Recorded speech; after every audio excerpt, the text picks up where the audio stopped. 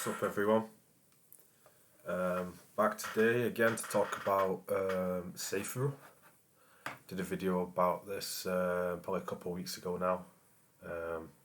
Basically, it's a Titano and Libero fork. Works the same way. It's an auto-staking, auto-compounding protocol with a fixed APY of 383,000 they claim this time, which is biggest one we've seen so far, which will mean I think you're getting around about 2.5% daily interest on your investment.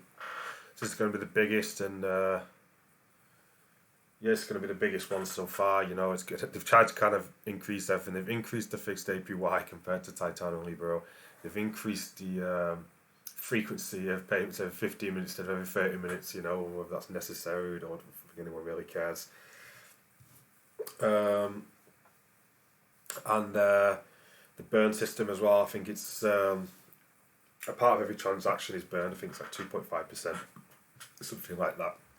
But today I'm not here to talk about the ins and outs of the project. I've already done that on my previous video. So if you do want to kind of learn more about the project and go through the website and how the protocol works, that kind of stuff, then please head over and watch my old video on this. Today, what I wanted to talk about was not long after I made the first video, probably like a few days afterwards, there was a big problem that happened over on the Discord server.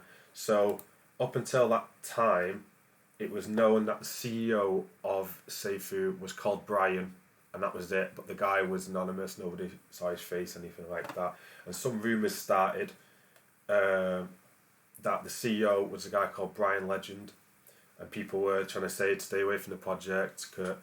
Brian Legend's a scammer, and that he's run previous projects, this kind of stuff.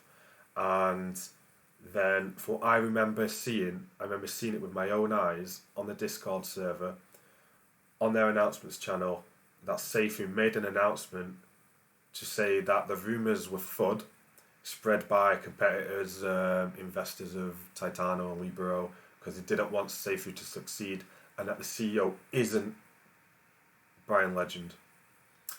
That's what they said on their announcement. And then, one day later, 24 hours later, I go back into the community, back into the Discord. I read again, and that announcement isn't there anymore. It's been replaced with a video. And the video was this one, and it is very well Brian Legend behind the camera stating that he is in fact the CEO of Seifu, and wants to clarify some things about what happened in his last project, and has a little bit of a Q&A and an AMA. It's an hour 40 long. It's a long one, but you know, especially if you want to learn more about what happened in his last project and this kind of stuff, maybe watch at least the introduction part here, and you can kind of learn about that. So I mean, I don't know. It doesn't really look good from their end. The fact that at least somebody in their team tried announcing officially in their Discord that Brian Legend wasn't the CEO. The message was then removed and then replaced with this video showing that he is the CEO. You know, that does show dishonesty, at least in one of their team members. I mean, whether that was just an admin, you know, who knows, whether it was Brian himself trying to hide and then last minute he decided that he wanted to show his face, who knows. But already, for me, that definitely is a red flag for this project, which isn't great, really. Considering, like, before this, I was kind of excited, you know, because of how well all these auto-staking protocols have gone. You know, Titano did so well, and then Libero, and pretty much Quantic Finance a few days ago. Like, pretty much every single one of these protocols so far has been a huge success. And then when I saw this one coming along, you know, on the public pre-sale, it's easy to get into, huge fag cap, huge match contribution, and I just saw it as maybe an opportunity to earn a lot of money. But then, obviously, with this dilemma now, I don't know really what to think. You've got to be very cautious. You can't just go jumping in with money that you can't afford to lose. So I think you're best off, you know, if you do want to kind of risk it, just use a small amount of money, which doesn't mean so much to you that you're not going to be too hurt about if if you end up losing it. So yeah, I want to go a little bit more into detail about it. So you can see here, this is in the intro addressing the FUD and rumours and the clever DeFi. So yeah, probably the first 10 minutes, all the way up, all these parts is pretty much what you want to watch first 10 minutes. And now, this was his last project, Clever DeFi, which in some aspects is kind of similar to this protocol, the auto staking protocol that Seifu is. Now in this video, Brian claims that he came up with the idea of this. He claimed that Clever DeFi was the first of its kind, which then new projects like Titan and Libero kind of evolved on and turned into the successful projects that they are today. But Brian does claim that he was the inventor of that, and I mean, again, I don't know what to think of that, to be honest. To me, it's a bit of another red flag, really. This guy now, one good thing you can say is that he's completely doxed. He has his name out there, he has his face out there, and with this project being such a big project, such a large amount of money involved, I mean, whether he could get away with doing something, on such a grand scale again without having some sort of Australian authorities involved, who knows. So yeah, Clever DeFi, what happened is basically this project was a rug pull. Brian was involved. I'm not too sure too much about the details of the project, what role he had in it. But basically what he tries to say, and he explains in this video, is that it wasn't him that rug pulled, it was somebody else who was a part of the team that he doesn't have any sort of contact with. So he claims he himself was scammed. So yeah, I just invite you all to watch the video yourselves, make of it what you will.